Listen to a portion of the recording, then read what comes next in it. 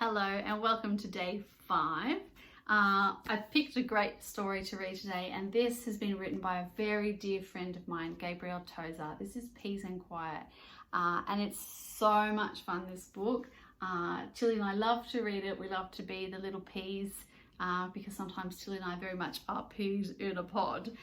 So I think you're really going to enjoy this. This was Gabby's first children's book, and she did a fabulous job with it, so I'm really glad to be able to read it to you. So I'm going to pop down here so that you can see the pictures in the book, because it's just a little bit easier for me to read it this way. And let's read Peas and Quiet. So this is by Gabrielle Tozer, and it was illustrated by Sue Di Gennaro. And this is how the story goes.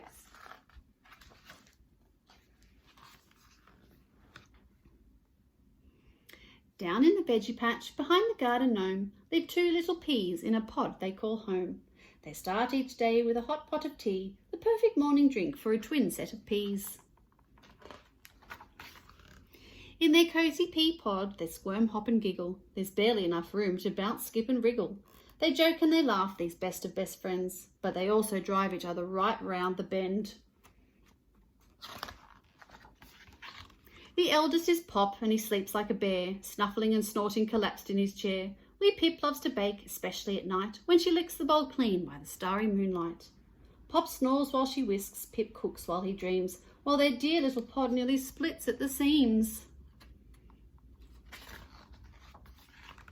It's cosy and homely except for one thing. Pip can't hold a tune, but she still loves to sing. "Be quiet," cries Pop, "I'm trying to sleep." He grumbles and groans while counting his sheep. Oh dear, he's not very happy, is he? But Pip doesn't listen. She raises her voice, which leaves poor old Pop with a terrible choice. "I'm leaving," he bellows. "I can't take much more." He packs a small suitcase and rolls to the door. "Leave then," Pip shouts. "I'm fine without you. You snore, you're a bore, you belong in a zoo." So Pop leaves the pod without saying goodbye. Pip watches him go, but her eyes remain dry. Oh, they're not very happy with each other, are they? Pip jumps on Pop's chair and sings clear and proud. He's not there to tell her she's squawking too loud. Pip turns on the oven and gets set to bake, but finds herself later with far too much cake. Pip's on her 5th slice when she's able to see life isn't so sweet when there's only one pea. Oh dear. The pea pod feels empty, so still and so quiet. Pip misses Pop and she cannot deny it. For once there's no snoring or snuffling to hear in the sweet little pea pod they'd once held so dear. Defeated Pip watches the stars glowing bright, wishing and hoping that Pop is all right. The very next day, Pop bowls through the patch where a kitten ensnares him for a quick game of catch. "Listen here," Pop squeals out, "put me down, I will howl." The kitten lets go and slinks off with a scowl. That's a tricky little kitty.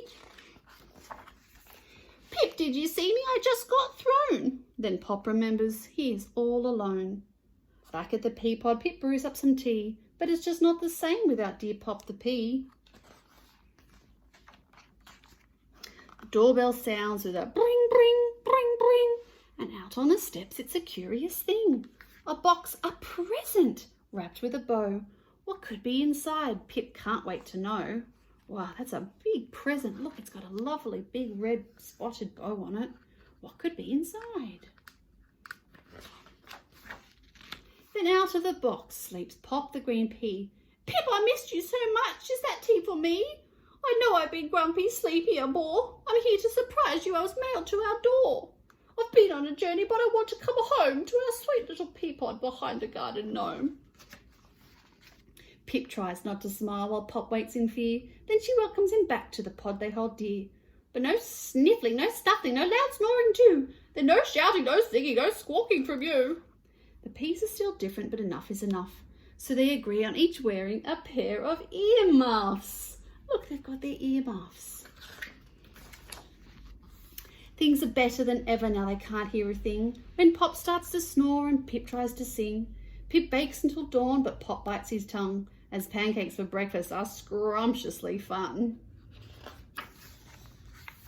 Down in the veggie patch behind the garden gnome live 2 happy little peas in a pod they call home.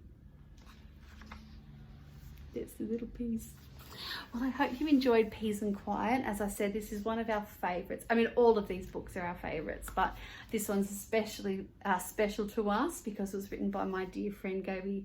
And I look forward to reading you another story tomorrow.